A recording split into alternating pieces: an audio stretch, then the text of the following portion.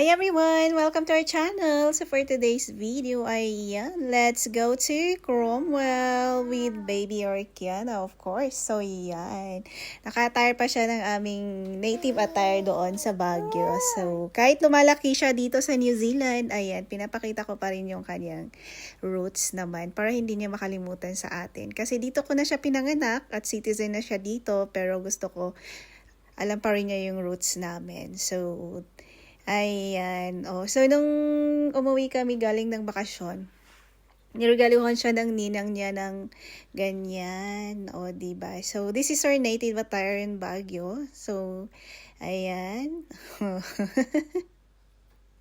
So, it's also nice na pinapaano pa rin natin sa mga anak natin yung kanilang mga roots. Syempre, para hindi nila makalimutan kung saan sila nanggaling. Kahit na lumaki man sila dito sa New Zealand or sa other countries, kung saan pa sila pinanganak. Diba? So, that's it. And we're here at Cromwell. So, yun. Ang ganda ng lake na ito. There you go. So, it's a sunny day and a beautiful day. So, yeah. Happy yung baby na yan. So, it's also nice to, of course, to spend time with our family, have a family time. So, look at that. This is Cromwell and this is such an awesome and amazing view, of course. So, ayan. So, napaka, na to, yung may mga turista dito, magandang puntahan dito sa Cromwell is, ayan, yung spot na yan. So, napaka scenic view ng view na ito. So, let's go!